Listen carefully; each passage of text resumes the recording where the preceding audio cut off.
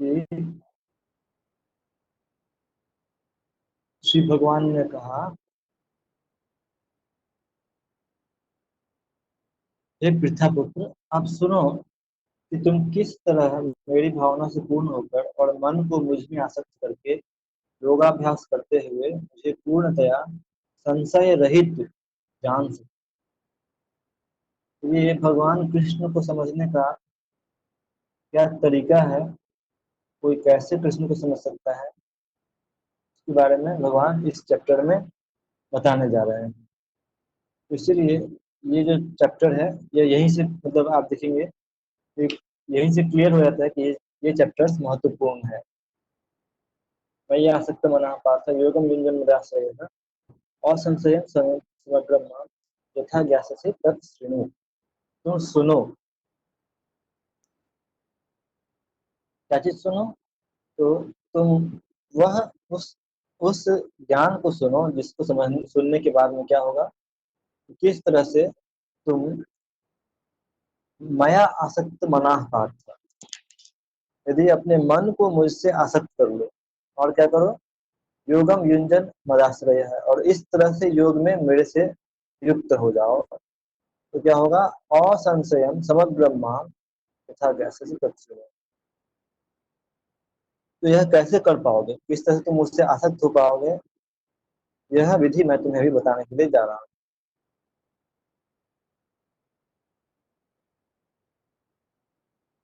तो प्रभुपाद जी इसके तात्पर्य में लिखते हैं कि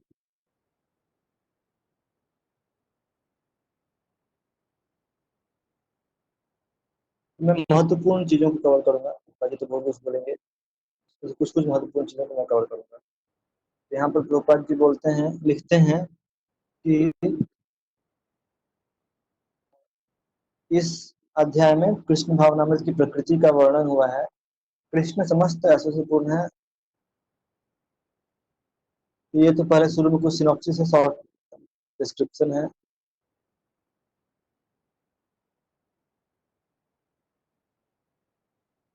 फिर रूपा जी लिखते हैं कि परमेश्वर कृष्ण पर ध्यान की एकाग्रता को नवधा भक्ति के द्वारा संभव बनाया जाता है, जिसमें श्रवणम अग्रणी एवं सबसे महत्वपूर्ण है।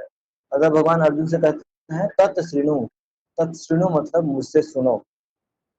तो रूपा जी लिखते हैं कि यदि हमको भक्ति में आगे बढ़ना है तो उसका जो प्रोसेस है वो क्या है, तो प्रोसेस है तत् श्रृणु, श्रवण करना। हमें खुद से कल्पना नहीं करना है। प्रोसेस बिल्कुल सिंपल है, जो शास्त्रों में लिखा हुआ है उसे सुनना है। भगवान ये भी नहीं बोल रहे हैं कि तत्पठ, उसे पढ़ना है, पढ़ना नहीं बोल रहे भगवान, तत् श्रृणु, यानी कि भगवान के बारे में ज्ञान प्राप्त करने का तरीका जो भगवान खुद ही बता रहे हैं वो क्या है, सिर्फ सुनना है। इसलिए वेदों को श्रुति भी कहा जाता है, क्योंकि उन्हें सुनने के माध्यम से ग्रहण करना चाहिए। और ये सुनने का जो विधि है वो भागवतम में भी भगवान बहुत सारा श्लोक कोट करते हैं, बहुत ही अच्छे अच्छे श्लोक हैं। तो ये जो श्लोक भगवान ने कोट किए, प्रभुपाद जी ने कोट किए हैं, ये बहुत ही सुंदर श्लोक हैं। श्रीमताम स्वतः कृष्ण पूर्ण सेवन कीर्तना हृदयन्तस्थो ये भद्राणि विदुमपि सुविधताम नष्ट प्रायसो भद्रेषु नित्यं भागवत सेवया भगवती उत्तम श्लोके भक्तिर्भवति नैष्टिके तदा रजतमो भावा कामलोभदेश्चये चेत एतनादिविद्धं हृदं सत्त्वे प्रसीदति एवं प्रसन्न मनसो भगवत भक्ति योगतः भगवत तत्व विज्ञान मुक्त संगस्य जायते विद्यते हृदय ग्रंथिं छिद्यन्ते सर्व संशयाः चिन्त्य चास्य कर्माणि दृष्ट एवात्मनि ईश्वरे। तो इस तरह से सिर्फ सुनने से क्या होता है, जो देखिए शुरू जो हो रहा है कैसे हो रहा है ये श्लोक का, शृण्वताम स्वकथा कृष्ण। यदि कोई कृष्ण के बारे में सुनता है तो धीरे धीरे उसके अंदर से रजोगुण जो है वो घट जाएगा, काम लोभ क्रोध ये सब का अनावृत्ति हो जाएगा, ये सब उसके मन से चले जाएंगे, वह प्रसन्न हो जाएगा। एवं प्रसन्न मानसो भगवत भक्ति योगतः, और उसके बाद में भगवत तत्व विज्ञानम, उसे भगवत तत्व का विज्ञान समझ में आ जाएगा और यह इस संसार से मुक्त हो जाएगा। उसके हृदय की ग्रंथियां जो हैं जो इसी संसार में बांधती हैं वो खुल जाएंगी, उसके सारे संशय दूर हो जाएंगे। तो ये सारे कार्य कब होंगे, जब कोई इसे सही तरह से श्रवण करता है। इसीलिए भगवान के कथा को सुनना बहुत ही आवश्यक है। ऐसा नहीं है कि योग का मतलब सिर्फ ध्यान करना है। ध्यान एक योग है, लेकिन उससे भी महत्वपूर्ण योग भगवान बोल रहे हैं। यदि कोई सुनता है तो सिर्फ सुनने के माध्यम से ही असंशयम समग्रम मां, भगवान को बिना किसी संदेह से 100% बिना किसी डाउट के समझ सकता है। तो ये भगवान को समझने के लिए उनको उनके बारे में सुनना बहुत ही आवश्यक है। ये भगवान पहले श्लोक में बोलते हैं।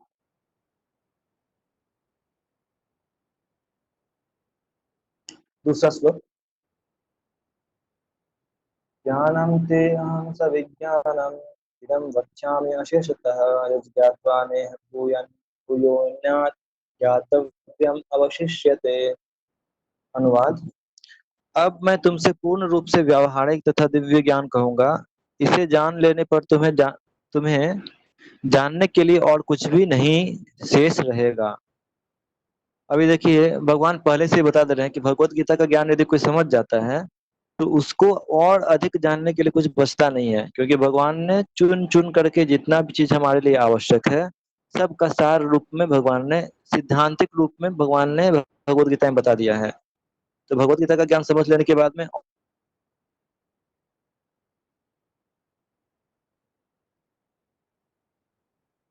कुछ ऐसा ज्ञान कि जानने योग्य हो। ज्ञानम ते हम सविज्ञानम, भगवान ज्ञान भी बता रहे हैं और उसका विज्ञानम सविज्ञानम यानी कि उसका जो प्रैक्टिकल एस्पेक्ट है वही बता रहे हैं। व्यावहारिक ज्ञान और दिव्य ज्ञान दोनों बता रहे हैं अशेषतः। और ऐसा नहीं कि आधा बता रहे हैं, भगवान क्या बोलते हैं, अशेषतः। मैं तुम्हें संपूर्ण रूप से वो ज्ञान बताऊंगा। और वो ज्ञान को समझने से क्या होगा, तो उसको समझने से यज ज्ञात्वा नेह भूयन्यात्, उसको समझने के बाद में तुम्हें और कुछ भी जानने के लिए शेष नहीं बचेगा, यानी कि तुम सब कुछ ही समझ जाओगे। तो देखिए, ये भगवत गीता एक ऐसा शास्त्र है जिसमें भगवान हर प्रकार का ज्ञान देते हैं। और इसे समझने के बाद में इस संसार में जानने के लिए और कुछ भी शेष नहीं रह जाता है। भगवान अशेषतः वक्ष्यामि अशेषतः, लेकिन ऐसा नहीं कि कुछ भगवान छिपा ले रहे हैं। भगवान A to Z complete knowledge Bhagavad Gita में दे रहे हैं, प्रिंसिपल में। तो डिटेल्स भगवान भागवतम में भी देते हैं और अन्य शास्त्रों में देते हैं, लेकिन जो प्रिंसिपल में जो है ना, सारे प्रिंसिपल्स मुख्य सिद्धांत जो है भगवत गीता में दिए हुए हैं। तो इसलिए हमें विश्वास होना चाहिए कि यदि आपने भगवत गीता अच्छे से सीख लिया है तो सैद्धांतिक रूप से हमें और कुछ भी जानने के लिए बचा नहीं है। हाँ, उसका डिटेल्स क्या है, डिटेल्स फिर हम दूसरे शास्त्रों से सीख सकते हैं, लेकिन सिद्धांत कंप्लीट हो गया। ये भगवत गीता का दिव्य ज्ञान का खासियत है। तो रूपपाल जी बोलते थे कि जो ये भगवत गीता है वो आध्यात्मिक जीवन का एबीसीडी है। यानी किसी ने भगवत गीता सीख लिया है तो उसने एबीसीडी जो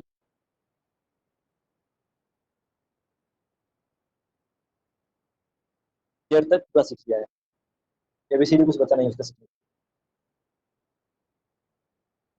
तो ये इस ज्ञान की खासियत है।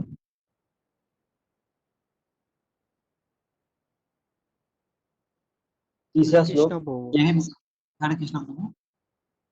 वो ये बात थोड़ा रुक क्या आ रहा है मेरा यहाँ पर। बाकी तो भक्तों को कैसा आ रहा वो है आवाज, बाकी भक्तों को कैसे आ रहा है आवाज, कुछ रुक रुक के आ रहा है। रुक के आ रहा है हरे क्या कृष्णा आज बीच में तो। थोड़ा रुक जा के आ रहा रहा था। हाँ, बीच में थोड़ा रुक जा रहा था। है फिर से वो कवर हो जा रहा है, मतलब सुनाई नहीं दे रहा है, ऐसा नहीं हो रहा। हरे हरे कृष्ण प्रभु। हम्म। हाँ, प्रभु प्रभुपाद ने कहा है कि वो अगर भगवत गीता ABCD है माने ज्ञान, वहां से प्रभु जो आपने बोला था एक बार रिपीट करने से प्रभु। अच्छा, वहां से प्रभुपाद जी ने कहा कहा है कि भगवत गीता जो है वो आध्यात्मिक जीवन का एबीसीडी है। तो मतलब सैद्धांतिक रूप से, मतलब थियोरेटिकली प्रिंसिपल जो है, जो मुख्य प्रिंसिपल है आध्यात्मिक जीवन का, वह यदि कोई भगवत गीता समझ लेता है तो सारे सिद्धांत उसको समझ में आ जाएंगे। कोई ऐसा सिद्धांत बचेगा नहीं आध्यात्मिक जीवन का जो कि भगवत गीता में डिस्कस नहीं हुआ है। हर एक चीज को प्रभु भगवान ने भगवत गीता में डिस्कस किया है। तो यानी कि सिद्धांतिक रूप से थियोरेटिकल नॉलेज और प्रैक्टिकल नॉलेज जो है भगवत गीता में पूरा है। अब उसका एक्सप्लेनेशन हो सकता है कि दूसरे शास्त्रों में मिले, तो वो अलग बात है, लेकिन थियोरेटिकल नॉलेज इससे पूरा कंप्लीट हो जाएगा। तो यहाँ पे भगवान बोल रहे हैं, जैसे कि आप यदि बाइबल पढ़ेंगे तो बाइबल में जीसस क्राइस्ट खुद ही बोलते हैं कि there is much more for me to tell but you can not bear it now.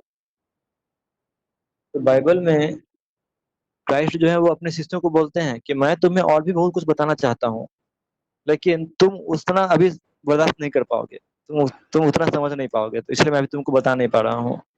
लेकिन भगवत गीता में भगवान ऐसा नहीं बोल रहे हैं कि मैं तुम्हें आधा आधा चीज बता रहा हूँ और आधा चीज बाद में बताऊंगा, ऐसा नहीं है।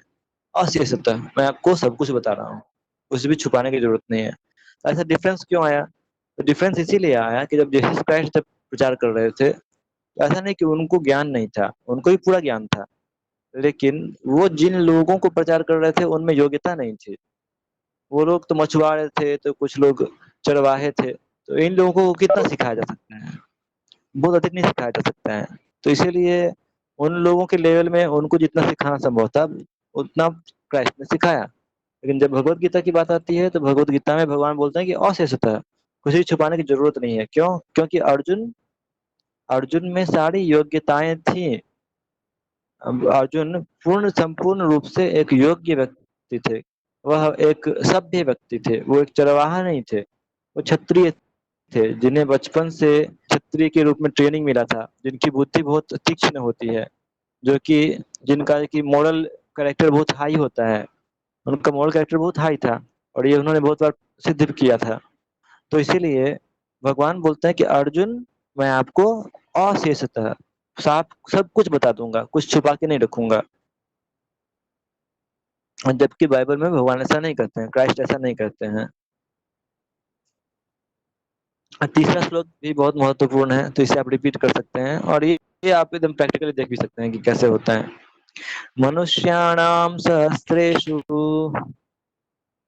मनुष्याणां सहस्रेषु कश्चित् यतति सिद्धये कश्चित् यतति सिद्धये सिद्धि यतताम् अपि सिद्धानां यतताम् अपि सिद्धानां कश्चिन्मां वेत्ति तत्त्वतः। कश्चित् माम वेति तत्वतः। मां वेत्ति तत्तत्। तो इस श्लोक में, ये श्लोक भी आप बाद में कभी याद करने का प्रयास कर सकते हैं। मनुष्याणां सहस्रेषु कश्चित् यतति सिद्धये यतताम् अपि सिद्धानां कश्चिन् वेत्ति मां तत्त्वतः। तो कई हजार मनुष्यों में से कोई एक सिद्धि के लिए प्रयत्नशील होता है और इस तरह सिद्धि प्राप्त करने वालों में से विरला ही कोई एक मुझे वास्तव में जान पाता है। तो यहाँ पर भगवान क्लियरली बता रहे हैं कि कैसे ये मानव समाज में हजारों हजारों में से सिर्फ एक ही दो लोग मिलेंगे जो कि भगवान को समझने का प्रयास करेंगे या अपने जीवन के उद्देश्य को पूरा करने का प्रयास करेंगे, चाहे वो योग के माध्यम से हो, ध्यान के माध्यम से हो, किसी भी माध्यम से हो। आध्यात्मिक जीवन में रुचि रखने वाले लोग जो हैं वो मनुष्य जीवन में बहुत कम लोग मिलेंगे। और इस प्रकार जो लोग शुरू भी करेंगे आध्यात्मिक जीवन, तो उसमें से वैसे वैसे हजारों लोग जो कि शुरू करके और अपने आध्यात्मिक जीवन में सिद्धि भी प्राप्त कर लें, तो ऐसे ऐसे सिद्धि प्राप्त करने वालों में से भी हजारों में से कोई एक ही होगा जो कि मुझे वास्तव में समझ पाएगा, है ना। तो इसको यानी कि क्या बोल रहे हैं भगवान? मनुष्य नाम सहस्रेषु कश्चित् यतति सिद्धये। हजारों में से एक दो लोग जो होंगे वो लोग सिद्धि के लिए प्रयास करेंगे। फिर जो ऐसे एक दो लोग जो सिद्धि के लिए प्रयास करेंगे, ऐसे ऐसे हजारों लोग जो कि सिद्धि के लिए प्रयास कर रहे हैं, उसमें से किसी कुछ गिने चुने को ही सिद्धि मिल पाती है आध्यात्मिक जीवन में। अब फिर ऐसे गिने चुने जो सिद्ध सिद्ध प्राप्त कर चुके लोग हैं, तो ऐसे ऐसे हजारों हजारों लोगों में से सिर्फ इक्का दुक्का ही मिलेंगे जिनको कि जो कि कृष्ण को वास्तव में समझ पाएगा। कश्चिन व्यक्ति माम तत्वतः, यानी कि प्रैक्टिकली स्पीकिंग करोड़ों में सिर्फ एक दो लोग ही मिलेंगे जो कि कृष्ण को वास्तव रूप में समझ पाते हैं।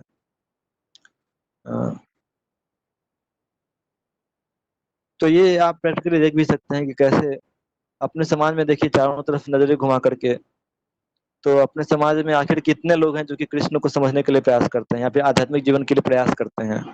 तो मैक्सिमम लोगों को तो आध्यात्मिक जीवन से कोई मतलब ही नहीं है। उनको लगता है कि मेरा उम्र ही नहीं हुआ है आध्यात्मिक लाइफ प्रैक्टिस करने का।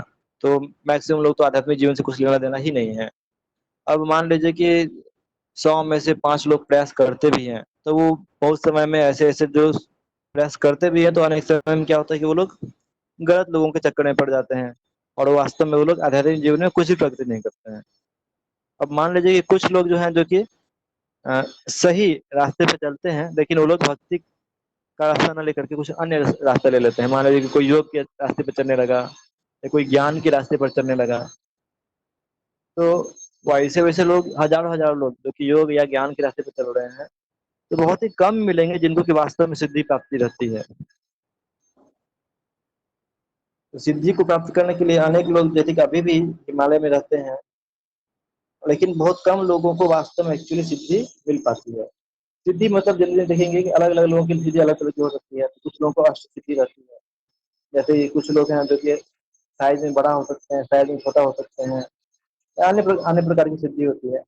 तो ऐसे लोग अभी भी मिल जाएंगे हैं जो कि जिनको सिद्धि प्राप्त है, लेकिन बहुत विरले हैं, लाखों में एक है, तो ज्यादा नहीं, करोड़ों में एक दो है। लेकिन इवन ऐसे ऐसे सिद्ध लोगों में से भी क्या है, यतताम अपि सिद्धानाम कश्चिन माम वेत्ति तत्वतः, कृष्ण को सही तत्व रूप में जानने वाले लोग बहुत ही दुर्लभ हैं। इसीलिए हमें ये देख करके हतोत्साहित नहीं होना चाहिए कि हमारे समाज में सिर्फ कुछ ही गिने चुने लोग ही कृष्ण भक्ति के पथ को चुनते हैं, क्योंकि भगवान खुद ही बोल रहे हैं भगवद गीता में कि हजारों हजारों में कुछ ही लोग प्रयास करेंगे इस रास्ते पर। तो यानी कि हमें हतोत्साहित होने के बजाय ये सोचना चाहिए कि अरे हम हजारों लोगों में से वो फ्यू सिलेक्टेड लोग हैं जिन्होंने बाकी लोगों की तरह अपना समय भौतिक कार्य में नष्ट नहीं करके कुछ आध्यात्मिक जीवन में भी रुचि दिखा रहे हैं। तो ये मतलब ऐसे लोगों का समाज में कम होना हमारे लिए हतोत्साहित होने की बात नहीं है, बल्कि हमारे लिए और ही प्रोत्साहित होने की बात है कि हम लोग ऐसे गिने चुने फ्यू सिलेक्टेड लोगों में से एक, तो हमें और भी उत्साह लेकर के इसमें आगे बढ़ना चाहिए।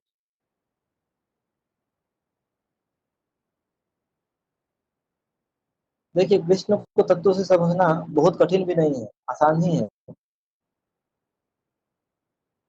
कृष्ण अपने बारे में गीता में सब कुछ बता ही रहे हैं। यदि कोई भी व्यक्ति बिना किसी छल के सही तात्पर्य भगवद गीता का पढ़ता है, तो वो आसानी से कृष्ण के बारे में समझ सकता है, क्योंकि गीता में कृष्ण कई बार बताते हैं कि मैं भगवान हूँ, सब कुछ मेरे से आता है, सब कुछ मेरा है। भगवान सैकड़ों बार बताते हैं, लेकिन लोग गीता पढ़ते भी हैं तभी भी इस सिंपल सा चीज को नहीं समझ पाते हैं कि कैसे सब कुछ कृष्ण का है और कृष्ण परम भगवान। तो ऐसा इसीलिए होता है क्योंकि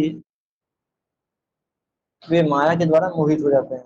तो जबकि भगवत गीता पढ़ रहे हैं और गीता में भगवान स्पष्ट रूप से इस चीज को वेरीफाई करते हैं, स्पष्ट रूप से बताते हैं, लेकिन फिर भी गीता पढ़ने के बाद में भी उनको ये चीज क्लियर नहीं हो पाता है। तो ये माया का ही प्रभाव कह सकते हैं, जिसके कारण कि लोग नहीं समझ पाते हैं। तो प्रभुपाद जी लिखते हैं,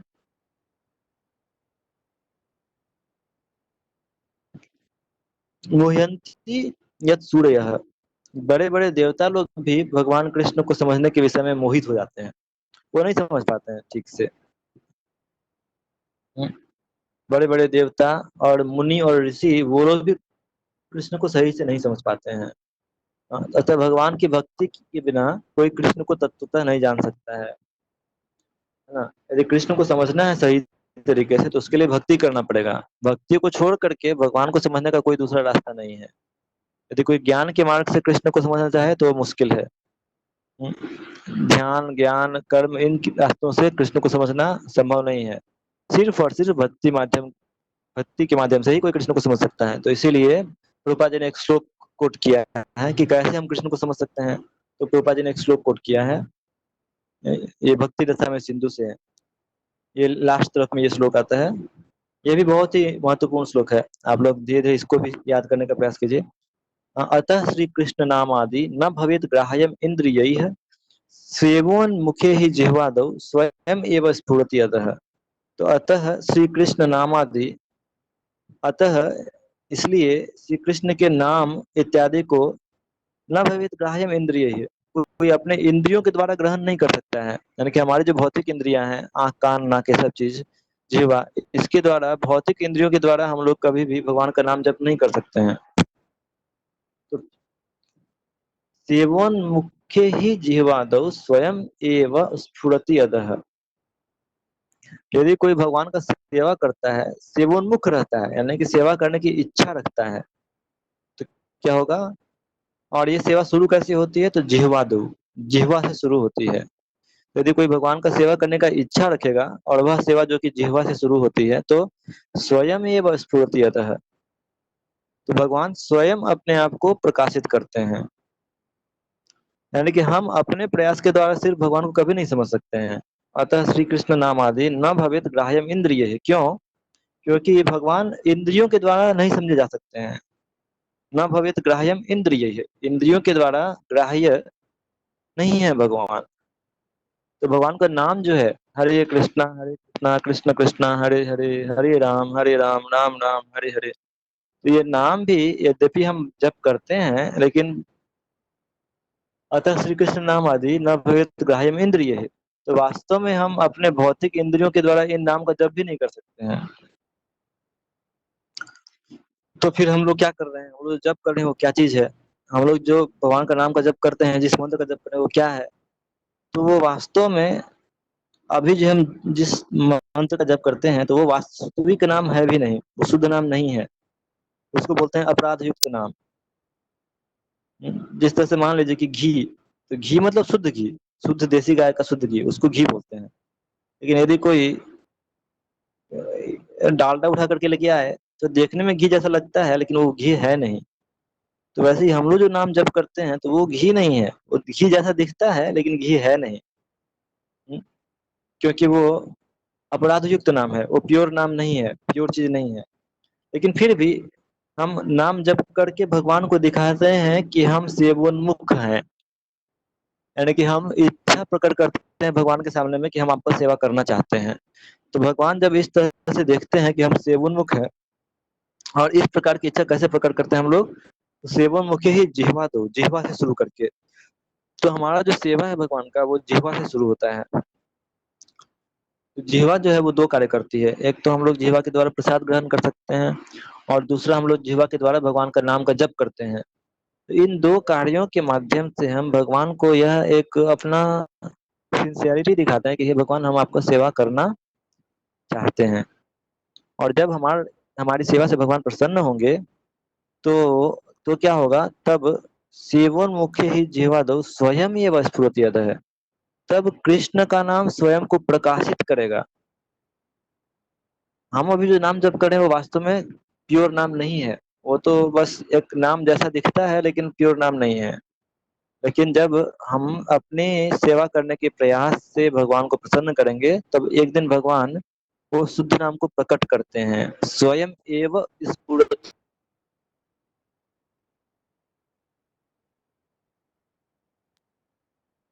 स्वयं एवं स्फुरति मतलब वो स्वयं को स्फूर्त करते हैं, स्वयं को प्रकट करते हैं। शिव मुखे जवादो स्वयं एवं स्फूर्ति अदह, है ना? तो हमें इसलिए अपने भक्ति के माध्यम से भगवान को अपनी सिंसियरिटी प्रकट करनी है कि हम आपकी सेवा करना चाहते हैं। और भगवान जब हमारी सिंसियरिटी को देख करके प्रसन्न हो जाएंगे, तब भगवान अपने आप को प्रकट करेंगे। अब तब हम वास्तव में समझेंगे कि भगवान का नाम कितना मधुर है ना? जैसे कि अभी हम लोग पढ़ते हैं कि कैसे मधुरम मधुरेभ्योपि पावनम पावनेभ्योपि, है ना? हम लोग भगवान के नाम के बारे में बहुत गुणगान सुनते हैं, पढ़ते हैं कि भगवान का नाम बहुत शक्तिशाली होता है, ये होता है, वो होता है। लेकिन हम लोगों को उसका अभी तक अनुभव नहीं होता है।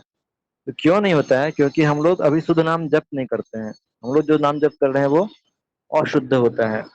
लेकिन फिर भी हमें अपने सेवन मुख को बनाए रखना है। हमें अपना जो सिंसियरिटी है वो भगवान को प्रकट करना है कि कैसे हम वास्तव में आपकी सेवा करना चाहते हैं। तो यदि भगवान कृष्ण जो कि हमारे हृदय में ही स्थित हैं, वो देखेंगे कि हम सही में सिंसियर हैं, हम सही में ठगना नहीं चाहते हैं भगवान को, सही में हम सेवा ही करना चाहते हैं। तो बहुत समय लोग मतलब बाहर दिखाने के लिए तो सेवा करना चाहते हैं, लेकिन अंदर में ठगने का इच्छा रखते हैं, है ना। वो लोग जैसे कि आप देखेंगे भी, टीवी में भी एक सॉन्ग भी आया था, आपका तो लगता है ये बस यही सपना, राम नाम जपना, पढ़ाया माला। तो कुछ लोग जो है वो भगवान का नाम दिखाने के लिए लेते हैं, लेकिन उनका उद्देश्य कुछ और ही रहता है। तो भगवान तो सबके हृदय में है, तो वो उद्देश्य को समझ जाते हैं कि किसका क्या उद्देश्य है। तो जो गलत उद्देश्यों से भगवान के पास में जाते हैं, तो भगवान उनको प्रकट नहीं, उनके सामने में अपने आप को प्रकट नहीं करते हैं। भगवान सिर्फ उन्हीं के सामने में अपने आप को प्रकट करते हैं जिनका उद्देश्य शुद्ध होता है। तो इसीलिए हमें सेवा करना है और साथ में सेवोन्मुख रहना है, यानी कि हमारी इच्छा होनी चाहिए सेवा करने की। हमारे मन में कुछ छुपा हुआ इच्छा सब नहीं रखना चाहिए बहुत सारा, कि हे भगवान जी हम आपका सेवा करेंगे लेकिन साथ में 50 तो मेवा भी दीजिएगा। तो ऐसा सेवा करने से भगवान खुश नहीं होते हैं। ठीक है, दे देंगे भगवान, आप जो मांगेंगे जो आप भगवान से दे देंगे, लेकिन उस तरह के नाम से भगवान अपने आप को प्रकट नहीं करने वाले हैं। इसलिए अतः श्री कृष्ण नामादि न भवेद ग्राह्यमिंद्रिय सेवन मुख्य ही जीवादो स्वयं एवं स्फुर्तियत। जब हम सिंसियरली भगवान का नाम जप करेंगे, हरे कृष्णा कृष्णा कृष्णा हरे हरे, हरे राम राम राम हरे, ये भगवान कृपया आप मुझे अपनी सेवा में लगाइए, इस प्रार्थना के साथ में जब हम भगवान का नाम जप करेंगे, तब भगवान धीरे धीरे, ये तुरंत नहीं होगा, धीरे धीरे होता है, स्वयं अपने आप को प्रकट करते हैं। चौथा श्लोक। तो चौथा श्लोक जो है ये जगत, भौतिक जगत किन किन चीजों से बना हुआ है उसके बारे में एक डिस्क्रिप्शन है। तो चौथा श्लोक भी आप रिपीट कर सकते हैं। इसमें एक्चुअली बहुत सारे महत्वपूर्ण श्लोक हैं, जो भी श्लोक महत्वपूर्ण रहेंगे मैं रिपीट कराऊंगा। ये भी श्लोक महत्वपूर्ण है, आप रिपीट कर सकते हैं। भूमिरापो अनलो वायु भूमि अपो अनलो वायु वायु खम मनो बुद्धिरेव च खम मनो बुद्धिरेव च अहंकार इति यं मे अहंकार इति अहंकारं मे भिन्ना प्रकृतिरष्टधा। भिन्ना भिन्न प्रकृतिरस्तथा। यहाँ पर भगवान अपने अ, भौतिक जगत का बारे में, उसका बेसिक एलिमेंट्स क्या है उसके बारे में यहाँ पर बता रहे हैं। तो भगवान बताते हैं कि ये जो भौतिक जगत है ये बेसिकली किन किन चीजों से बना हुआ है। तो क्या बताते हैं क्या क्या चीज से बना हुआ है? तो भगवान बोलते हैं पृथ्वी, जल, अग्नि, वायु, आकाश, मन, बुद्धि तथा अहंकार। ये 8 प्रकार से विभक्त मेरी भिन्ना प्रकृति है। भिन्ना प्रकृति मतलब वह प्रकृति तो भगवान की ही है, लेकिन वह भगवान से अलग हो चुकी है। तो भिन्ना प्रकृति को से भगवान डायरेक्टली डील नहीं करते हैं, भिन्ना प्रकृति को भगवान अपने से दूर रखते हैं, है ना। ये जो भौतिक प्रकृति है तो ये उतना पवित्र नहीं माना जाता है। तो इसीलिए भगवान भौतिक प्रकृति, क्योंकि इसमें 3 प्रकृति के गुण होते हैं, तो प्रकृति के 3 गुण जो है वो एक तरह का दूषण है। तो इसीलिए भगवान जो है, कृष्ण भगवान, इससे उतना डील नहीं करते हैं डायरेक्टली। वो इस तरह की प्रकृति से दूर ही रहना चाहते हैं, और इसीलिए भगवान क्या करते हैं, तो इस ये जो प्रकृति है भौतिक प्रकृति, जो कि हम भौतिक प्रकृति मतलब ये जगत जो हम दिख रहे हैं, जो हम अपने आंखों से देख रहे हैं, उसको भौतिक जगत बोलते हैं। तो यह जगत जिस प्रकृति से बना हुआ है उसको भौतिक प्रकृति बोलते हैं। तो यानी कि हम लोग जब हमेशा नेचर बोलते हैं, हम लोग जिसको नेचर या प्रकृति बोलते हैं, तो उसको भगवान बोल रहे हैं कि ये मेरी भिन्ना प्रकृति है ना। हम लोग जब साइंस में नेचर से जिस चीज को समझते हैं, तो भगवान बोल रहे हैं कि ये जो नेचर है ये क्या है, भगवान की भिन्ना प्रकृति है, अपरा प्रकृति है। यानी कि भगवान एक हिंट दे रहे हैं कि ऐसा नहीं है कि प्रकृति और या नेचर जो है वो एक ही होता है, और भी तरह का प्रकृति होता है। लेकिन हम लोगों को जो दिख रहा है वह क्या है, वह भगवान की भिन्ना प्रकृति है। और वह किन चीजों से बना हुआ है, तो भगवान बताते हैं कि वह पृथ्वी, जल, अग्नि, वायु, आकाश, मन, बुद्धि और अहंकार, ये 8 प्रकार के चीजों से बना हुआ होता है।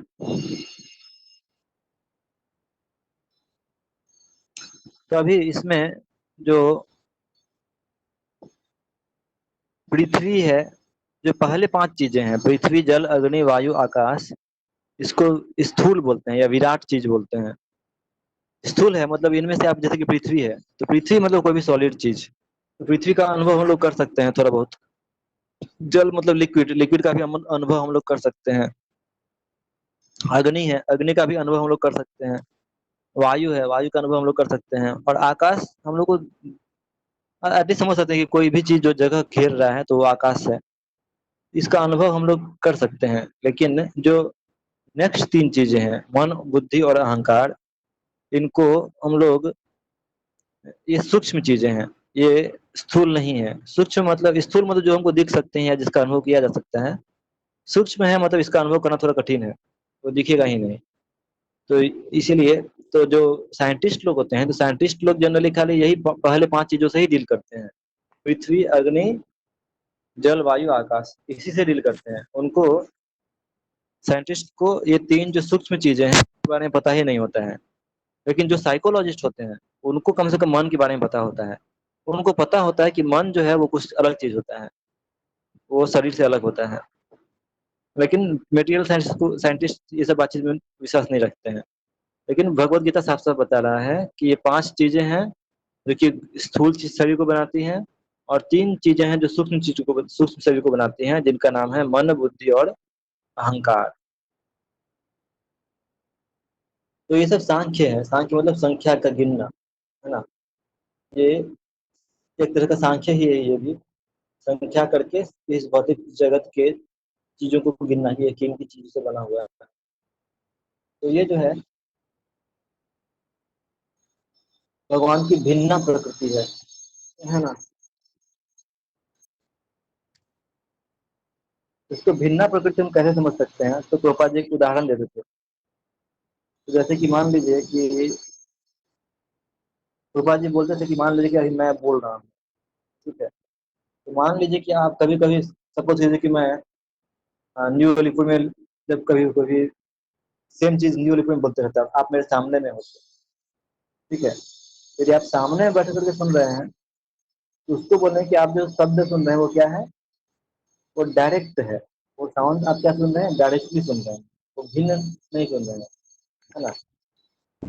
यदि आप लेक्चर सामने में, सपोज कीजिए कि आप भी इस समय में, जैसे कि हम लोग का संडे को क्लास होता है, तो उसी कि आप भी मंदिर में बैठ करके और हम लोग आमने सामने बातचीत करके ये यही चीज डिस्कस करते रहते हैं, तो वो डायरेक्ट नॉलेज होता है ना। लेकिन अभी जब हम बातचीत कर रहे हैं आपसे, तो अभी जो हम बात कर रहे हैं वो आप मुझसे डायरेक्टली नहीं सुन रहे हैं।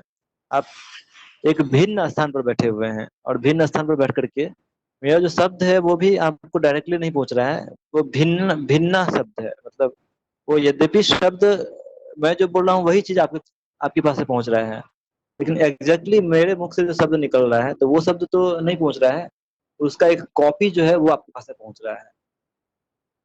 उसको बोलते हैं कि भिन्ना शक्ति है वो मेरी अपनी डायरेक्ट शक्ति नहीं है, वो भिन्ना शक्ति हो गई।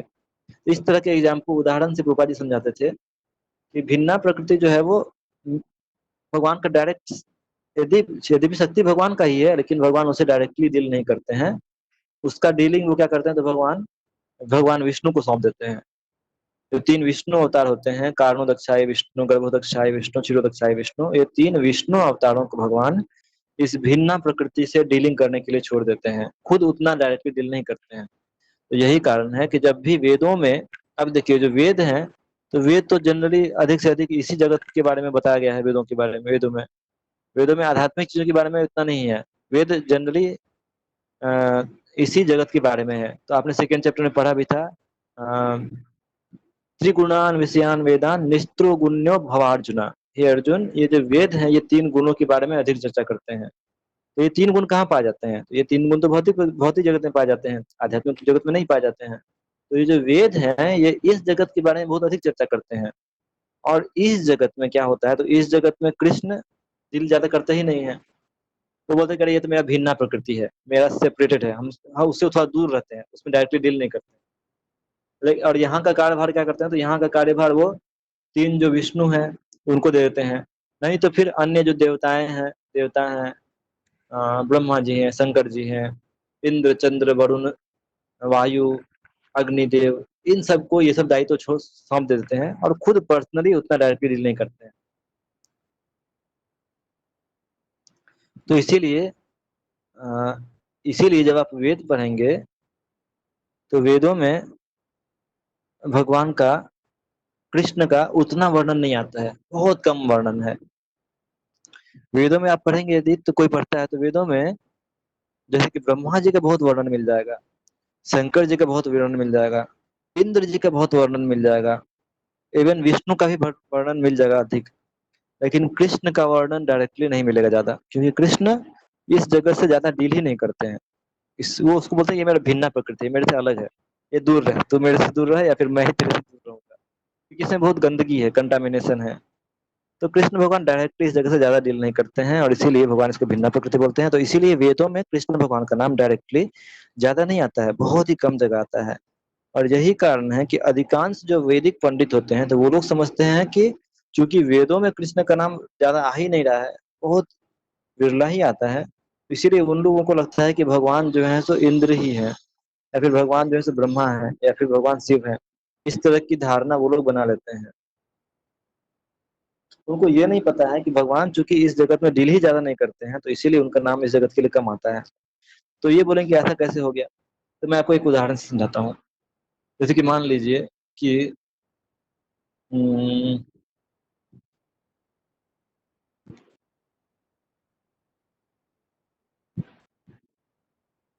मान लीजिए कि जैसे कि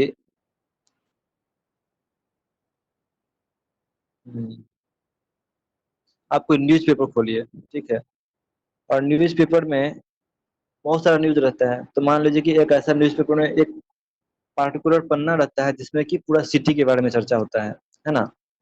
न्यूज़पेपर में बहुत सारे पेजेस होते हैं, तो अलग अलग पेजेस में अलग अलग चीजों का डिस्क्रिप्शन रहता है। एक पेज में एडिटोरियल रहता है, एक पेज में फ्रंट पेज में पूरा जो भी इंपॉर्टेंट चीज रहता है वो सब रहता है। एक पेज रहता है जो कि उस पार्टिकुलर सिटी के बारे में रहता है। यदि आप किसी पार्टिकुलर सिटी के बारे में जो पेज है, उस पेज को खोल करके खोजना चाहें कि इस पेज में प्राइम मिनिस्टर का नाम कितना बार आ रहा है, तो आप देखेंगे कि शायद उस पेज में प्राइम मिनिस्टर का नाम एक भी बार नहीं आया, क्योंकि वो पेज तो उस शहर के बारे में है और उस शहर में तो प्राइम मिनिस्टर घूमने के लिए आ नहीं रहे हैं। इसलिए हो सकता है कि उस पेज में प्राइम मिनिस्टर का नाम आए ही नहीं, है ना। तो ठीक उसी प्रकार से ये जो वेद हैं, ये वेदों में मुख्यतः भौतिक जगत का अच्छा वर्णन किया गया है। लेकिन कृष्ण तो भौतिक जगत से डील ही ज्यादा नहीं करते हैं, तो इसीलिए कृष्ण का नाम भौतिक जगत में ये वेदों में अधिक नहीं आता है। लेकिन इसका मतलब हमको ये नहीं समझना चाहिए कि कृष्ण जो है सो परम भगवान नहीं है। कृष्ण वास्तव में परम भगवान है। और इस तरह के जो वैदिक पंडित होते हैं उनसे हमें भ्रमित नहीं होना है, जो कि ये कहेंगे कि देखो कृष्ण का नाम वेदों में नहीं आता है जाता, तो इसीलिए कृष्ण भगवान नहीं है।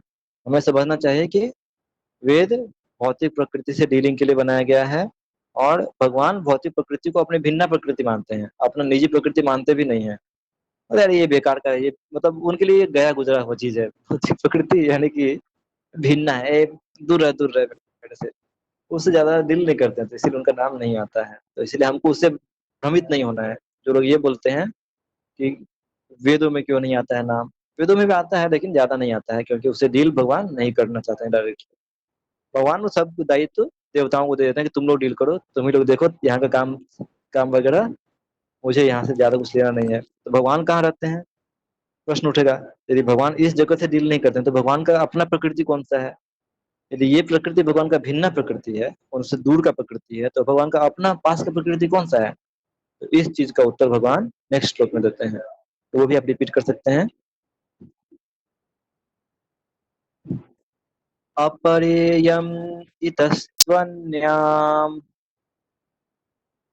अपरेयम् इतस्त्वन्याम् प्रकृतिं विद्धि मे पराम्। प्रकृतिं विद्धि मे पराम्। जीवभूतां महाबाहो जीवभूतां महाबाहो ययेदं धार्यते जगत्। ययेदं धार्यते जगत्। तो अपरेयम इतस्त्वन्याम्, भगवान बोल रहे हैं कि हे महाबाहु अर्जुन, इनके अतिरिक्त मेरी एक अन्य पराशक्ति भी है, जो उन जीवों से युक्त है जो इस भौतिक अपरा प्रकृति के साधनों का विरोहन कर रहे हैं। यानी कि ये भौतिक जगत में दो चीजें हैं, एक तो मैटर है और दूसरा आत्मा है, यानी कि हम लोग हैं। तो भगवान बता रहे हैं कि मेरे पास में एक अन्य प्रकृति भी है, अपरेयम। अपरा, अपरा मतलब कि जो चौथा श्लोक में जिस प्रकृति का वर्णन है, भगवान को बोलते हैं कि अपरा है मतलब निकृष्ट है, वो हाई नहीं है, लो है, लो क्वालिटी का है। लेकिन अपरा यम, तो यह जगत जो है ये तो अपरा प्रकृति है।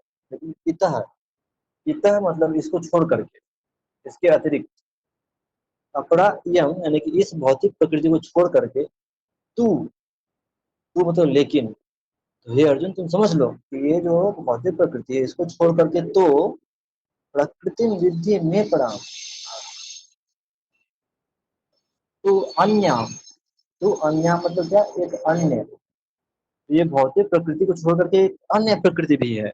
ऐसा नहीं कि ये भौतिक प्रकृति ही ऑल इन ऑल है, नहीं, इसके अलावा एक अन्य प्रकृति भी है। और वो क्या करती है, तो प्रकृति विद्धि में पराम, तो वह प्रकृति जो है वो परा प्रकृति है। परा मतलब जो उत्कृष्ट है, हाई है, हाइजर है ना। परा मतलब हाइजर होता है, उत्कृष्ट होता है, चेतन होता है, जबकि अपरा मतलब निकृष्ट, लोअर, जड़। तो भौतिक प्रकृति को निकृष्ट बोलते हैं, और भगवान का जो अपना प्रकृति है वो अपरा प्रकृति है, सॉरी परा प्रकृति है। तो परा प्रकृति यानी कि हायर प्रकृति है। तो भगवान बोलते हैं कि वो मेरा प्रकृति है। और वहां पर क्या होता है, तो भगवान बोलते हैं कि वह जीव भूता महाबाहो, तो वह प्रकृति सिर्फ जीवों से भरी पड़ी है। यानी कि इस प्रकृति में जो भौतिक प्रकृति है और परा प्रकृति है, उसमें तो जीव है प्लस मैटर है, दोनों चीज उपस्थित है ना। इस जगत में क्या क्या है, तो जीव है, जीव आत्मा यानी कि स्पिरिचुअल है, और प्लस मैटर, ये दोनों चीज।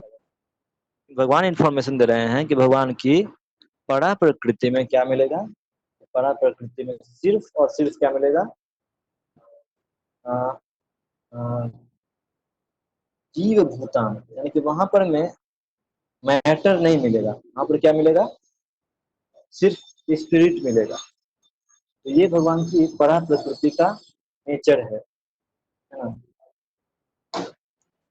हाँ, तो जिस तरह से इस जगत में हमको सब कुछ, क्योंकि ये जगत मटेरियल होता है तो इसीलिए ये जगत नष्ट हो जाता है। लेकिन भगवान का वो जगत जो है वो कैसा है, तो वो जगत मैटर से नहीं बना है, वो जगत स्पिरिट से बना है। तो क्योंकि वो जगत स्पिरिट से बना है तो इसलिए वो जगत क्या होता है, नष्ट भी नहीं होता है, वो जगत हमेशा रहता है। तो भगवान उस चीज के बारे में 5वें श्लोक में बता रहे हैं, उस जगत के बारे में 5वें श्लोक में बता रहे हैं। तो ये जो है भगवान की अपनी प्रकृति है। ये जगत जो है, भौतिक जगत भगवान का अपना नहीं मानते, वो उन्हीं उन्हीं का है, लेकिन मतलब यार छोड़ो हम दे दिए किसी को, तुम लोग यहाँ पे वो घर मतलब बना दिए हैं। भौतिक प्रकृति ऐसा समझ लीजिए कि भगवान ने एक घर बना दिया बड़ा सा, और हम लोग को दे दिया, जीवात्माओं को दे दिया कि ठीक है तुम लोग यहाँ पर जाकर के, तुम लोग मेरे से अलग रह करके रहना चाहते थे, ठीक है तुम लोग जाओ यहाँ पे भोग करने का प्रयास करो। लेकिन खुद वो अपने घर में रहते हैं, क्योंकि आध्यात्मिक जगत है। तो इसलिए आध्यात्मिक जगत में मेटेरियल चीजें कुछ भी नहीं पाई जाती हैं, वो संपूर्ण रूप से आत्मा से ही बना हुआ होता है। ये चीज हम समझ सकते हैं। और ये भौतिक जगत जो है, इसमें जो मैटर जो है, मैटर खुद से कार्य नहीं कर सकता है। तो मैटर को कार्य करने के लिए आत्मा का स्पर्श चाहिए। जैसे कि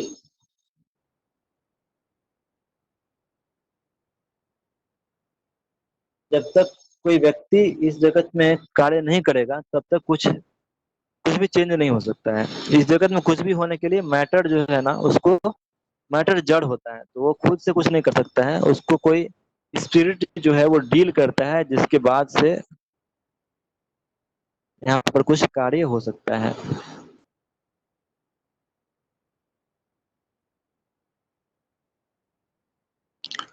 तो इसीलिए वो भगवान की अपनी प्रकृति है, परा प्रकृति है।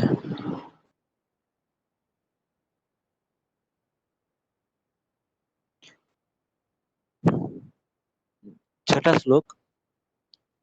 एतद्योनीनि भूतानि सर्वाणि इति उपधारय अहं कृत्स्नस्य जगतः प्रभवः प्रलयस्तथा। सारे प्राणियों का उद्गम इन दोनों शक्तियों में है। इस जगत में जो कुछ भी भौतिक तथा आध्यात्मिक है, उसकी उत्पत्ति तथा प्रलय मुझे ही जानो। तो भगवान बता रहे हैं कि ये दोनों ही जो प्रकृति है वो भगवान का ही है। ऐसा नहीं कि इस प्रकृति को किसी दूसरे ने बनाया है या उस प्रकृति को किसी दूसरे ने बनाया है। दोनों ही प्रकृति भगवान का ही है, उसका मालिक कोई दूसरा नहीं है।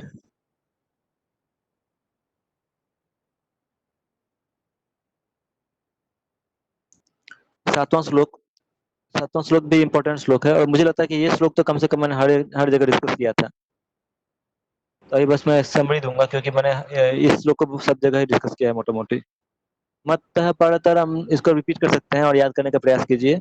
मत्तः परतरम नान्यत् मत्या परतरं मत्तः नान्यत् परं नान्यत् किंचिद अस्ति धनंजय किञ्चित् किञ्चित् अस्ति अस्ति धनञ्जय धनञ्जय मयि सर्वम् इदं प्रोतम्। मयि सर्वमिदं सर्वमिदं प्रोतं पूतं सूत्रे मणिगणा इव।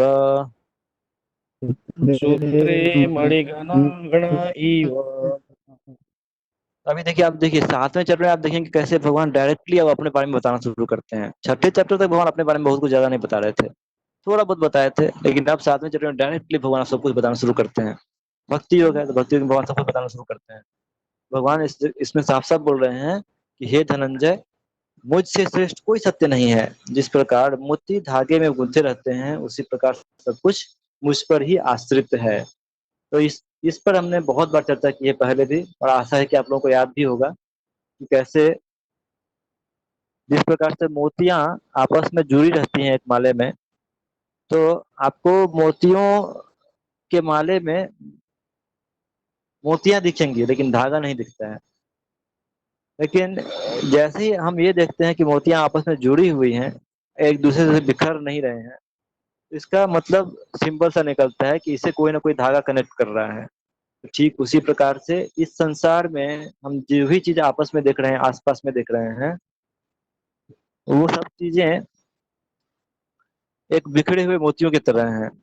लेकिन चूंकि आपस में कनेक्टेड हैं, तो इसका मतलब हो गया कि कोई ना कोई से जोड़ता है। तो भगवान बोलते हैं कि ये वो मैं ही हूँ जो इस संसार को जोड़ करके रखता हूँ, जिसके कारण से यह संसार टिका हुआ है।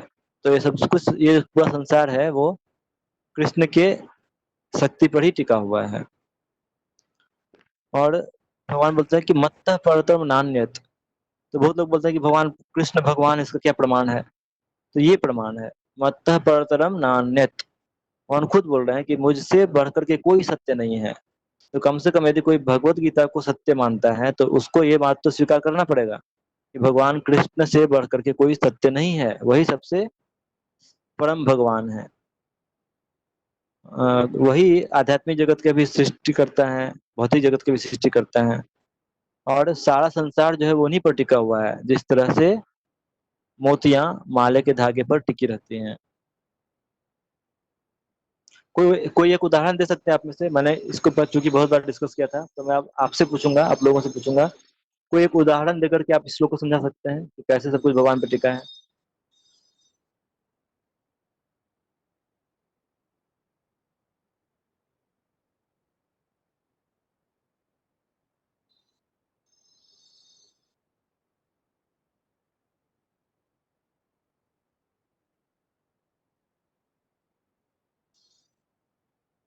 हरे कृष्ण प्रभु जी, वो न्यूटन का जो सोलर मॉडल था उसके क्या? ऊपर आप सोलर मॉडल एक मिनट। ये प्रभु जी जो वो मतलब सोलर का मॉडल बनाए थे न्यूटन, अपना हाँ दोस्त को हाँ बताया कि ये तो अपने आप ही बन गया, और हम तो इसको मतलब स्टोर रूम में रख दिए और ये सोलर मॉडल अपने आप बन गया। तो उसका मित्र विश्वास नहीं कर पाता, ये कैसे हो सकता है कि सब कुछ अपने आप बन जाए। तो न्यूटन बताते हैं जिस तरह कोई चीज ये सोलर मॉडल जो कि बनाया हुआ उस पर विश्वास नहीं कर पाओ, ये खुद से बन सकता है। तो इतना बड़ा ब्रह्मांड अगर कोई नहीं बनाया कैसे हो सकता है। हरे कृष्ण। हरे कृष्ण। तो ये दिखाता है कि कैसे सृष्टि अपने आप नहीं हो सकती है, तो कोई ना कोई सृष्टि करता होना चाहिए। ये स्टोरी दिखाता है।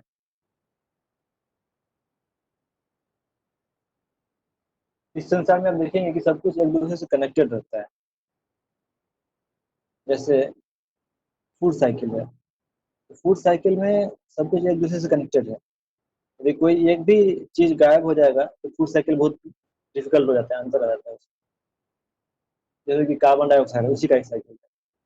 तो भगवान ने जैसे कि आदमी को, जानवरों को बनाया जो कि कार्बन डाइऑक्साइड छोड़ते हैं और ऑक्सीजन ग्रहण करते हैं, तो साथ में भगवान ने क्या किया, पेड़ों को भी बना दिया ताकि वो लोग जो है वो कार्बन डाइऑक्साइड ले करके और ऑक्सीजन छोड़ेंगे। तो इस तरह से आप देखेंगे कि हर जगह सब कुछ एक दूसरे पर निर्भर रह करके बिल्कुल बैलेंस है। एक कोई जो ज्यादा नहीं जानता उसको लगेगा कि सब ऑटोमेटिक है। ये जो इतना अच्छा बैलेंस बना हुआ है, जो लोग नौसिखुआ है उनको लगेगा कि ये ऑटोमेटिक है। लेकिन जो लोग बुद्धिमान है वो लोग जाने कि नहीं नहीं, ये ऑटोमेटिक नहीं है। ये इतना कुछ सुंदर तरीके से क्यों काम कर पा रहा है, क्योंकि कृष्ण ने इसको बांध करके रखा है। जैसे हमारा सोलर मॉडल भी है, सोलर सिस्टम बंद करके कार्य कर रहा है। तो वो कैसे क्यों बंधा भाई इतने अच्छे तरह से। सब कुछ जैसे कि सूर्य है वो हमेशा टाइम पे उगता है, टाइम पे अस्त होता है, सब कुछ सही समय पर काम करते हैं। तो क्यों हो रहा है, तो क्योंकि भगवान के आदेश के कारण सब कुछ बंधे हुए हैं, इसीलिए सब कुछ सही से चल रहा है। इसीलिए ये दुनिया में कुछ चीज, जो भी चीजें हैं वो ऑटोमेटिकली काम नहीं करती हैं, भगवान के आदेशानुसार कार्य करती हैं।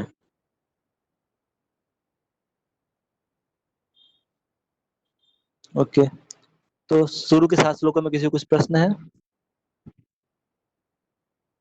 हरे कृष्ण प्रभु जी, हरे कृष्ण प्रभु जी। ये जो प्रभु जी 8 जो अपराध शक्ति बोले भगवान, तो उसमें तो 5 जो है वो तो फिक्स है, लेकिन मन, बुद्धि और अहंकार, अहंकार तो प्रभु जी माने लोगों का कम और ज्यादा होते रहता है। जैसे कोई धन पाके ज्यादा अहंकारी हो जाता है, कोई विद्या पाके ज्यादा अहंकारी हो जाता है। अब बुद्धि भी प्रभु जी जैसे जैसे आदमी जिस भी क्षेत्र में भौतिक हो, आध्यात्मिक हो, वो अगर उसमें ये करता है तो वो बढ़ता है या घटता है जो भी। और मन बहुत चंचल है। तो ये प्रभु जी तो ये तो इंसान के अंदर खुद ही होता है और चेंजेबल होता है। तो आपका प्रश्न क्या है? नहीं तो ये तो मेरा कहने का मतलब है कि ये तो जो स्थूल हुआ उससे अलग है, और ये कम बेसी होते रहता है। तो ये भगवान के थोड़ा इसके बारे में। हाँ, वो तो स्थूल चीज भी कम बेसी होता है। जैसे कि मान लीजिए कि कोई पानी पी लेगा 1 लीटर, तो उसके शरीर में पानी का अमाउंट बढ़ गया 1 लीटर, है कि नहीं? फिर मान लीजिए बहुत काम किया, उसका पसीना उड़ गया पूरा, तो 1 लीटर पानी कम हो गया। खाना ज्यादा खा लेगा तो उसके शरीर में सॉलिड चीज बढ़ जाएगा। फिर बहुत दिन तक कुछ नहीं खाएगा तो उसके शरीर में सॉलिड चीज कम हो जाता है ना? बहुत ज्यादा यदि कोई वो वसा वाला चीज खाएगा तो मोटा हो जाता है। फिर बहुत दिन तक फास्टिंग कर लेगा तो पतला हो जाएगा। तो एक सॉलिड चीज भी कम बेसी हो सकता है, लिक्विड चीज भी कम बेसी हो सकता है। और अग्नि है, तो जब किसी को बुखार आ जाता है तो उसका शरीर का टेम्परेचर बढ़ जाता है। और जब मान लीजिए कि कभी कम हो जाता है, तो ये चीजें भी तो बढ़ते कमते रहती हैं। पृथ्वी, जल, अग्नि, वायु, आकाश, ये भी मनुष्य के शरीर में कम बेसी होते रहते हैं। और मन, बुद्धि, अहंकार भी कम बेसी होता रहता है। तो आपका प्रश्न क्या है, मुझे समझ में नहीं आया। नहीं, यही प्रश्न था प्रभु जी कि ये मन, बुद्धि, अहंकार तो हर एक माने मनुष्य में एक प्रत्येक जीव में होता है, और जबकि वो तो बाहर होता है। तो ये अपराशक्ति कैसे हो गया? ये तो जीव के साथ ही रहता है प्रभु जी। ओके, आप बोल रहे हैं कि वो तो जीव का अपना क्वालिटी होता है, ऐसा पूछ रहे हैं क्या? मन, आप बोल रहे हैं कि मन चाहे बुद्धि कोई अहंकार जो है वो जानवर हो। जीव का मतलब अपना है, ऐसा पूछ रहे हैं क्या? वो तो उसके अंदर रहता है। अच्छा, ओके, ठीक है, अभी मैं आपको प्रश्न समझ पाया। तो मन बुद्धि अहंकार जो है वो जीव का इंटरनल प्रॉपर्टी नहीं है। वो क्या है? वो जीव का एक्सटर्नल पोजीशन है।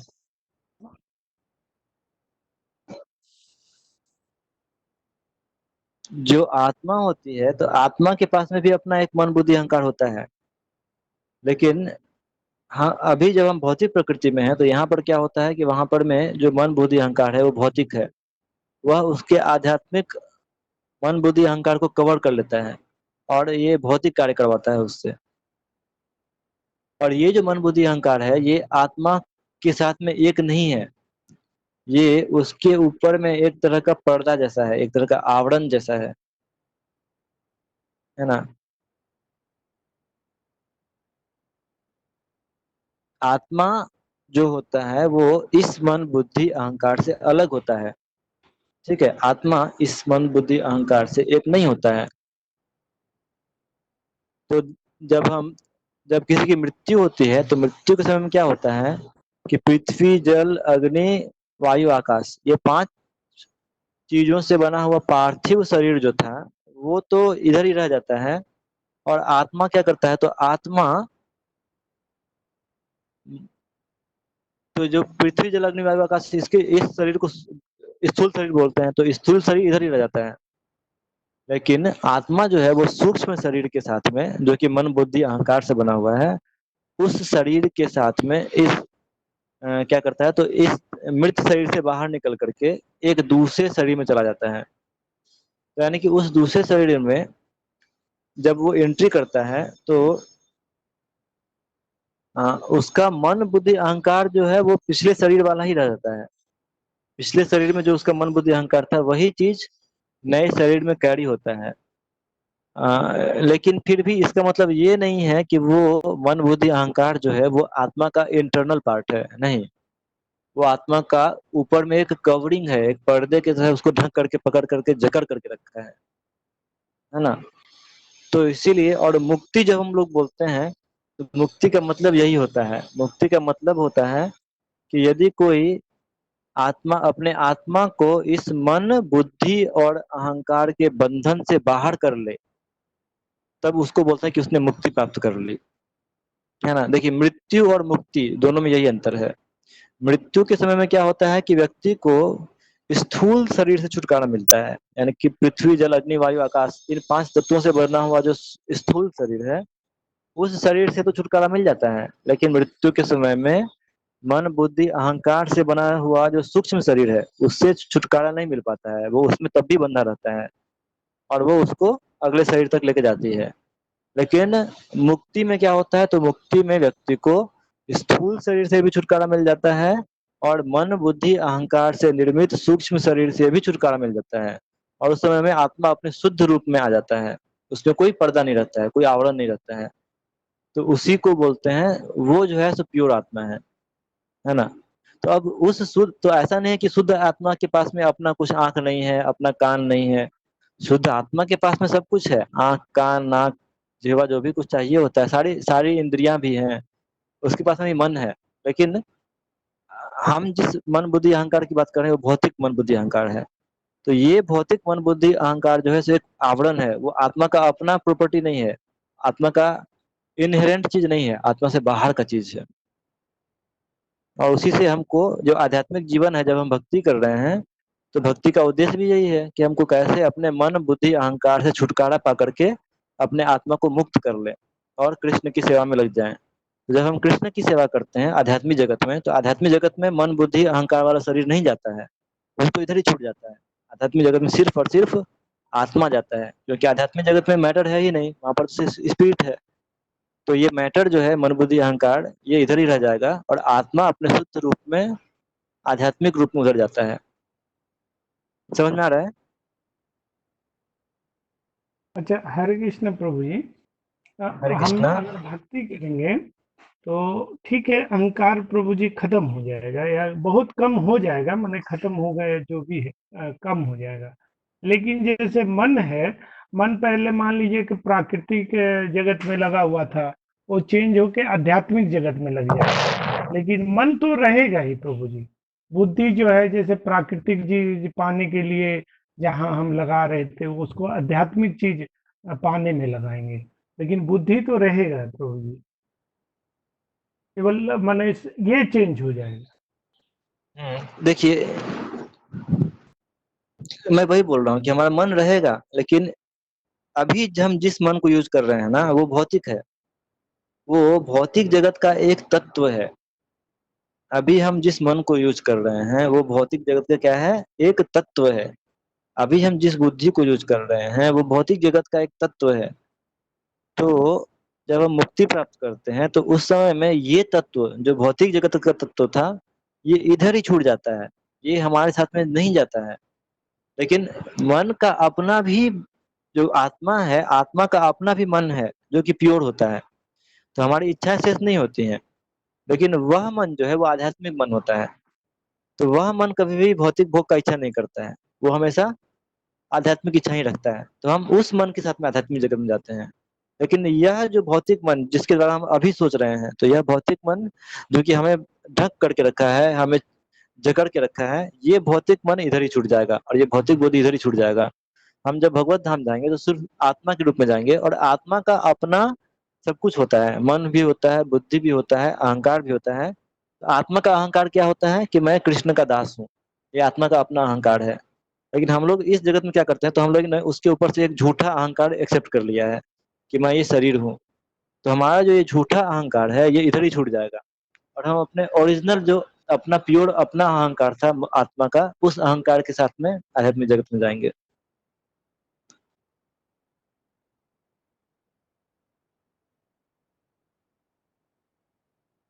क्लियर है या फिर नहीं क्लियर है? ठीक है प्रभु जी, हरे लेकिन बड़ा कृष्णा। कठिन है प्रभु जी। भक्ति कीजिए, कोई बात नहीं, कठिन होगा, भक्ति करते रहिए, कुछ सेवा कीजिए। सेवन मुख्य ही जिह्वा दो। जैसे जैसे हम सेवा करते हैं भगवान का, तो वैसे वैसे भगवान सब कुछ प्रकट करते हैं। तो मतलब सब कुछ बुद्धि से ही समझ में नहीं आता है, बहुत कुछ सेवा करने से खुद ही समझ में आ जाता है। हरे कृष्ण प्रभु जी। हरे हरे कृष्ण प्रभु। कह रहे प्रभु जी, जब के विषय में पूछना था कि क्या? जब जब जब जब के विषय में? जी, माला जब हाँ पूछिए, हाँ पूछिए पूछिए। आंख बंद करके करना चाहिए कि आंख खोल करके? यदि आंख बंद करके आपको नींद आ जाए तो आप जब कर नहीं पाएंगे, है जी। ना। और हाँ, यदि आंख खोल करके पूरा ध्यान इधर उधर भटक जाए हाँ, तो वो भी एक डिस्ट्रैक्शन होता है। तो यदि आप कैसे आंख करना बंद कर, तो आंख बंद करके यदि आप बिना सोए हुए कर सकते हैं तो फिर आंख जब चाहिए? बंद करके भी कर सकते हैं। और यदि आंख खुला रह करके अपना ध्यान को एकाग्र रख सकते हैं तो खुला रह करके भी कर सकते हैं। तो अच्छा। बेसिकली उद्देश्य क्या है कि हमको सोना नहीं है हाँ। और ध्यान को भटकाना नहीं है, ध्यान को कृष्ण के ऊपर में तो केंद्रित करना है। और मन तो बहुत चंचल है गुरुजी। जब करते समय जैसे अचानक घर में कुछ गिरता है तो कान में टक से आवाज आती है, या कुछ घटना घटी तो फिर उस जब कर रहे हैं, पता चला हम 50 जब कर लिए, 91 में गए तो कुछ ऐसा हो गया, तो उस दौरान क्या वो जब करते रहना चाहिए कि वहां विराम देकर वहां देखना चाहिए कि क्या हुआ क्या नहीं हुआ? जैसे आइडियली हम मान लोग को लीजिए जब जब कर रहे हैं, आइडियली जब कर रहे हैं तो वो माला कंप्लीट कर लीजिए। और वो माला कंप्लीट करने के बाद में फिर उसके बाद में जाइए देखने के लिए क्या हुआ नहीं हुआ। अच्छा लेकिन मान प्रभु लीजिए जी, कि मान लीजिए प्रभु जी कह रहे जैसे हाँ जब कर रहे हैं अचानक बिच्छू या सांप कुछ दिख गया कि पास में, हाँ जैसे तो आंख इसीलिए, हाँ तो खोले, मैं उस इसीलिए बोल रहा हूँ, तो मैं वही बोल रहा हूँ इन जनरल हम लोगों को क्या करना चाहिए। तो इन जनरल हम लोगों को वो जब माला कंप्लीट करके तब जाना चाहिए। लेकिन यदि कोई बहुत ही अर्जेंट सिचुएशन है तो उस परिस्थिति में भगवान से क्षमा मांग करके वो माला छोड़ दीजिए, करके अच्छा इस कार्य को देख लीजिए। ये यही क्वेश्चन था मेरा तो ये अच्छा कभी विषम परिस्थिति इस तरह की आ गई तब क्या भयंकर क्योंकि एक तरह से हाँ परिस्थिति। भयंकर क्योंकि तो ये अपराध हो जाएगा ना फिर जब पूरा यदि माला कंप्लीट नहीं हो रही तो खुद अपने आप को लगेगा कि एक अपराध हो गया जो पूरा कंप्लीट माला नहीं इसलिए कर भगवान से पाए क्षमा मांग करके भगवान से क्षमा मांग करके यहाँ पे छोड़ दीजिए और इस कार्य को देखिए। तो फिर वो जहां तक काउंटिंग हुआ उसके बाद फिर उसको पूरा कंप्लीट करना चाहिए वहीं से कि फिर से शुरू से मैं जनरली बोलता हूँ कि शुरू से कीजिए। अच्छा अच्छा कुछ कुछ लोग वहां से भी करते हैं, जैसे इसका ने बहुत सारे भक्त जो कि वहां से भी कंटिन्यू कर लेते हैं बाद में, लेकिन मेरा आइडियल है कि मैं अपना शुरू से करता ऐसा एक प्रश्न और है प्रभु जी की लगातार लॉक हूँ। हो आपका जाता है वॉइस कट जाम जा हो रहा जाता है है, तो आपका इसको वॉइस कट गया फिर से, आपका वॉइस कट गया, फिर से बोलिए, सुनाई नहीं दिया। अच्छा अभी आवाज आ रही है अभी आ रही है, हेलो हाँ अभी आ रही है, अभी। कह रहे हैं जैसे 16 माला का जाप करने लगातार हाँ 16 मंत्र लगातार जब कर रहे हैं। हाँ हरे कृष्णा। हो गया हरे लॉक कृष्णा हो जाए तो इसको इसके लिए क्या इसको पार्ट वाइज छोटा छोटा ओके, आपका साउंड फिर से कट गया था, लेकिन मुझे समझ में आ रहा है कि आप ये पूछना चाह रहे हैं शायद कि हम लोग 16 माला का लगातार जप नहीं कर पा रहे हैं और कुछ हम लोग उसको पार्ट वाइज में कर सकते हैं कि नहीं कर सकते। आप ये क्वेश्चन पूछना चाह रहे हैं क्या? हाँ और कहाँ कहाँ बैठ के कर सकते हैं जैसे बिस्तर पर बैठ के कर सकते हैं क्या